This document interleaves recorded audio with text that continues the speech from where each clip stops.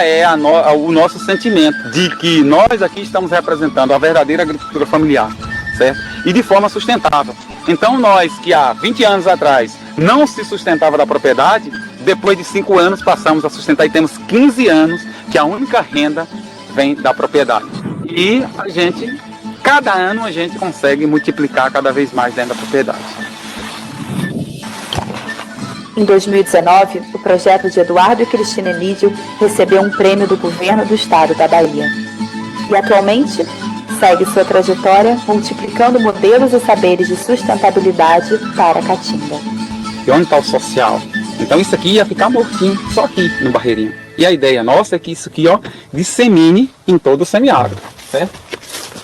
Certíssimo. Viver bem é viver em paz com a natureza, né? Ter um ar puro, ter comida de qualidade na mesa, ter oportunidade de demonstrar alternativas de trabalho, alternativas de vida, mostrar que é possível viver no teu pedaço de chão, valorizando ele o máximo. E você conhecer realmente o teu chão até você colher tudo que ele pode te oferecer como riqueza.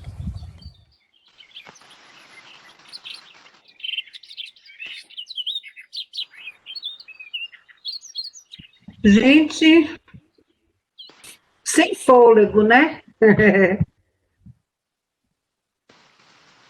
Incrível. Não é lindo esse vídeo? Maravilhoso. Mas esse filme, para mim, ele fala tudo, ele diz tudo, né? Então, nós temos aí uma conexão direta, né, com as questões que nós falamos durante o nosso seminário sobre as questões climáticas e que a gente percebe o quanto que é possível, né, que a gente faça mudanças. E vocês vejam que o sítio dele não é pequeno, não é 2 hectares, 20 hectares, né? E que é possível.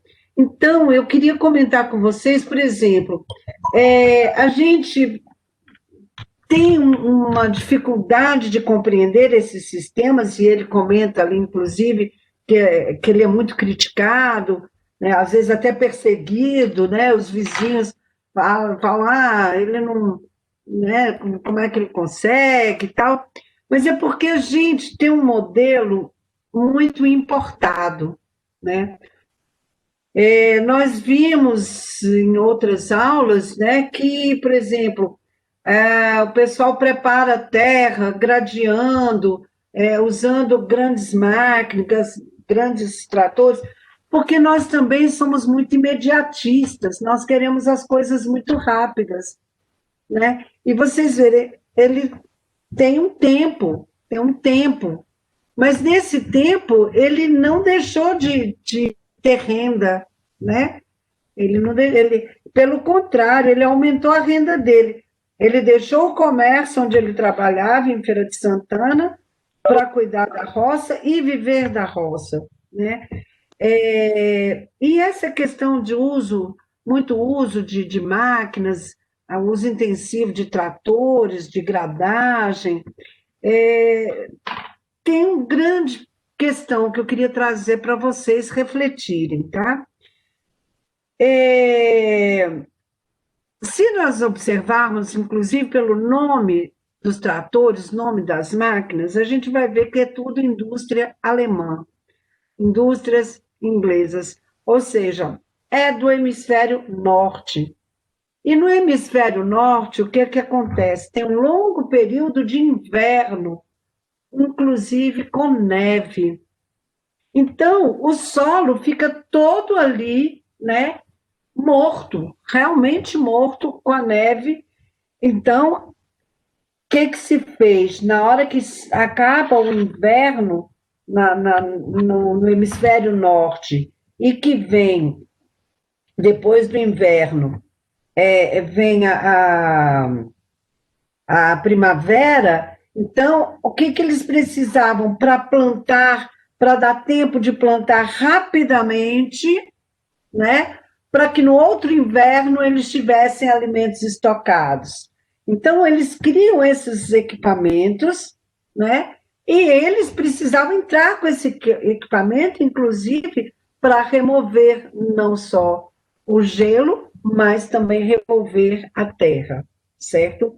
Então, por isso que o uso intensivo de tratores e máquinas pesadas na Europa e nos Estados Unidos não é prejudicial, mas para nós que somos da área tropical, ele é extremamente prejudicial.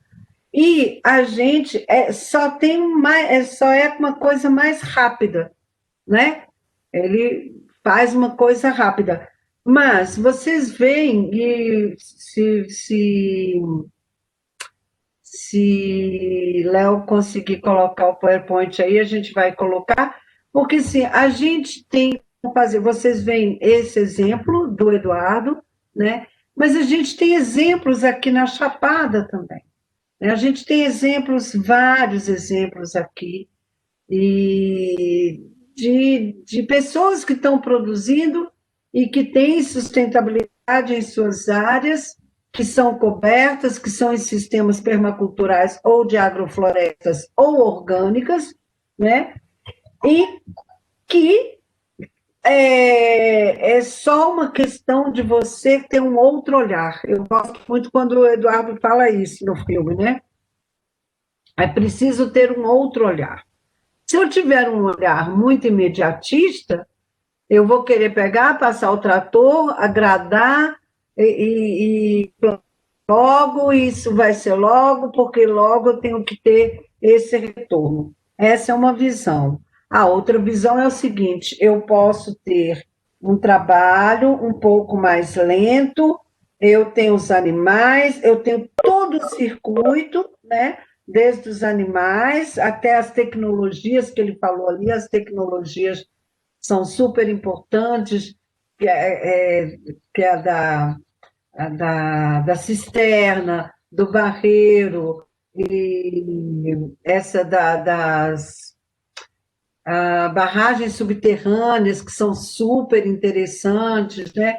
Mas aí você vai lá, mas isso é lá para o sertão, talvez a turma ali, né, alguns municípios que nós estamos aqui, Redenção, na própria região de Souto Soares, depois de Souto Soares, Mulungu, que já tem mais essas características mais secas, tal, mas a gente aqui tem água, tem disponibilidade. Então, a gente tem outras tecnologias que podem ser usadas para essa conservação do solo e da água, e a manutenção da água, que é pequenas barragens nos leitos de riachos, que podem ser feitas até com pedras, só para diminuir o volume de água que desce rapidamente para o mar, como ele coloca ali, né? Você pode fazer, como eu já em outras aulas aqui mostrei, estradas que são muito íngremes e que a enxurrada vai lavando tudo, né? Que você pode fazer tem uma série de tecnologias, gente. Eu queria trazer essa perspectiva para vocês. Uma outra coisa que me chama muita atenção nesse filme, que depois a gente vai poder comentar, depois que a gente vê aí, talvez, por conta do horário também, a gente tenha que passar logo o vídeo do Adriano, mas eu gostaria que vocês reparassem, né, no uso da palma para refrescar o solo. Olha que fantástico aquilo que ele traz. E não só refrescar, como ela é muito úmida, como ela tem 70% de água dela, quando você tem um plantio de palma, você corta e cobre o solo com ela, você vai manter aquele solo mais úmido também, né? Então, isso é muito, muito interessante, né? Uma outra questão que eu vejo, que eu anotei aqui, né? Sim, e a gente pode usar, assim como ele usa a palma, então você pode ter uma área plantada com a palma para irrigação. É uma tecnologia super, super interessante de irrigação. né? A irrigação, sim, ela está irrigando ali também, né? Com a palma. Uma outra questão que eu queria falar, sim, a palma com proteção, sim, a questão que a gente tem que sempre estar trazendo, né? A questão das questões climáticas, né? Que a gente tem falado muito e que nesse seminário que nós vamos ter, né? Nós tivemos a oficina anteontem e vamos ter o seminário. É, eu queria só chamar a atenção para isso, né? Está tudo, tudo, tudo, tudo muito interligado, né? As coisas não estão soltas. E essa é uma outra forma de ver o mundo, essa é uma outra forma de ver a roça. Então, quando lá no primeiro exercício, na primeira aula que nós tivemos, que eu fiz um exercício de vocês fazer uma caminhada de observação pela roça de vocês, pela casa de vocês, é porque tudo, tudo realmente está muito, muito interligado. Né? Não, esse imediatismo, a gente tem que começar a ter um outro olhar. Né? Adianta o meu imediatismo se meu neto, por exemplo, não puder usufruir daquela terra? Isso é uma reflexão que eu trago para vocês, tá? Talvez é melhor eu ter paciência, calma, fazer as coisas. Ah, mas eu preciso tirar uma renda, né? Então, ele fala assim, eu tripliquei minha área. Quando ele fala, o Eduardo fala, eu tripliquei minha área, o que, que ele está dizendo ali? Não é que ele saiu de 20 hectares para 60. Ele, nos mesmos 20 hectares, ele tem diversas atividades e diversas fontes de renda. Isso, então, é que ele fala, eu tripliquei a minha área, porque ele tem frutas, ele tem palma, ele tem os animais, né? Então, eu queria chamar a atenção isso para vocês, que é importante a gente pensar nesta sustentabilidade. E quando a gente fala na sustentabilidade, a melhor forma de pensar é assim: meus filhos vão poder usufruir disso? Meus filhos vão estar com um clima mais ameno ou mais seco? Né? Ou meus netos, né? Aí no meu caso eu pergunto se meus netos vão poder usufruir disso ou não. Então era essa reflexão que eu queria trazer para vocês, né? Eu vou passar a palavra para o Adriano. O Adriano chegou e aí depois a gente volta. Se for o caso, eu apresento esses slides, não tem necessidade também, não vai fazer assim tanta falta, tá?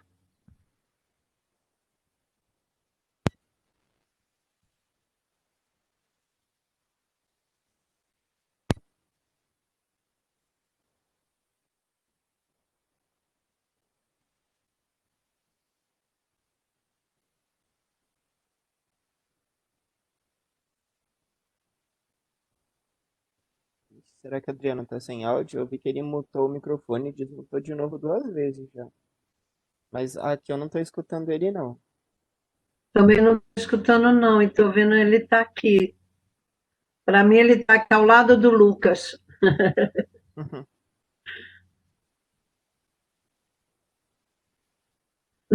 Adriano, E para mim ele está do seu lado. se você estiver nos escutando, Adriano, mande um chat aí, escreve aí para mim no chat. Se você está nos escutando, porque a gente não te escuta.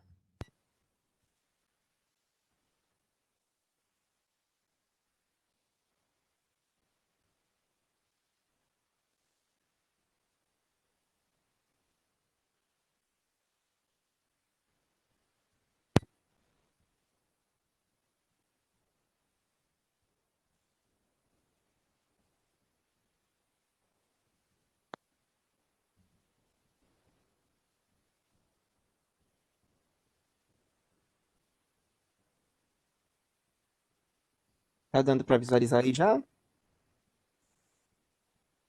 Ainda está FORC, Centro de Formação e Organização Comunitária. Eu estou visualizando já a apresentação. Então está Também com tô, algum para mim tá problema. aparecendo também. Então está com algum problema na minha apresentação. Bom, eu vou fazer o seguinte, Léo, eu vou abrir o meu aqui internamente, tá? E você passa na hora que pode passar, tá bom? Vou colocar aqui Certo, sem no problema. Bom, então você tem aí agricultura familiar na perspectiva da agroecologia, aula 6, os solos, não é isso? Isso. Pronto, então vamos para frente. Gente, só para explicar um pouco para vocês, eu trouxe essa figura aí, né, que começa assim, a atmosfera, a pedosfera, a litosfera.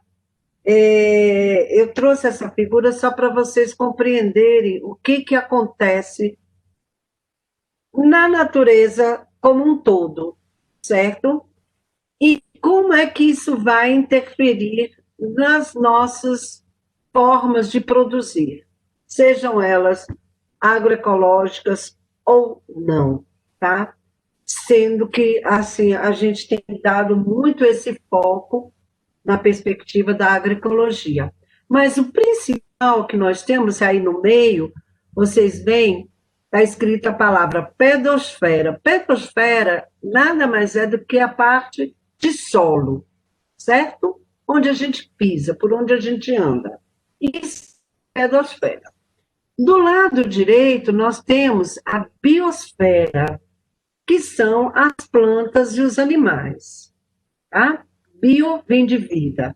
Nós também estamos aqui na biosfera, tá? Os seres humanos. Então, a vida. Na parte de cima, nós temos a atmosfera, que é o ar que nós respiramos, né? Do lado esquerdo, nós temos a hidrosfera, que diz respeito à água. Tudo que está relacionado à água, certo? Os rios, o mar, as chuvas, as geleiras, a neve, da qual eu falei anteriormente. E nós temos também a litosfera, que é a parte de rochas. Então, tudo isso vai ter uma interferência no nosso solo, tá? Que é o que nós estamos chamando aí de pedrosfera. Então, quais são as interrelações, as principais interrelações do solo? O nosso solo, nós vimos aqui, ó, a biosfera, as plantas e os animais, constantemente estão fazendo uma reciclagem com o nosso solo, tá? O solo, como nós já vimos, ele é extremamente vivo, nós temos que lembrar muito disso, porque às vezes a gente tem aquela sensação do que foi ensinado para a gente que né, o solo que vive é só a planta e o animal, mas ali, né, o nosso solo, ele também respira, ele também precisa de ter interação, e tem, né, essa interação com as plantas e os animais. Então, vocês veem aqui que tem uma setinha de ida e volta, né, entre o solo, as plantas e os animais, né? Nós estamos aqui, se as plantas embaixo, as raízes, se eu faço uma poda na parte aérea da planta, as raízes embaixo do solo também se reciclam, também elas ficam ali formando aquela camada que a gente chama de matéria orgânica, né? Da mesma forma, né, e aí também, então, aqui a fauna tem a fauna e a flora do próprio solo, né? Qual que é a fauna do próprio solo? São as minhocas, são micro-organismos que a gente, às vezes, não consegue ver. A minhoca é a mais fácil, né, da gente entender e saber que elas moram embaixo do solo. Mas, assim como Até a Distância é uma adaptação das atividades de assistência técnica e extensão rural do Bahia Produtiva, projeto do Governo do Estado da Bahia por meio da Secretaria de Desenvolvimento Rural do Estado da Bahia, executado pela CA, Companhia de Desenvolvimento e Ação Regional, com recursos provenientes de acordo de empréstimo com o Banco Mundial.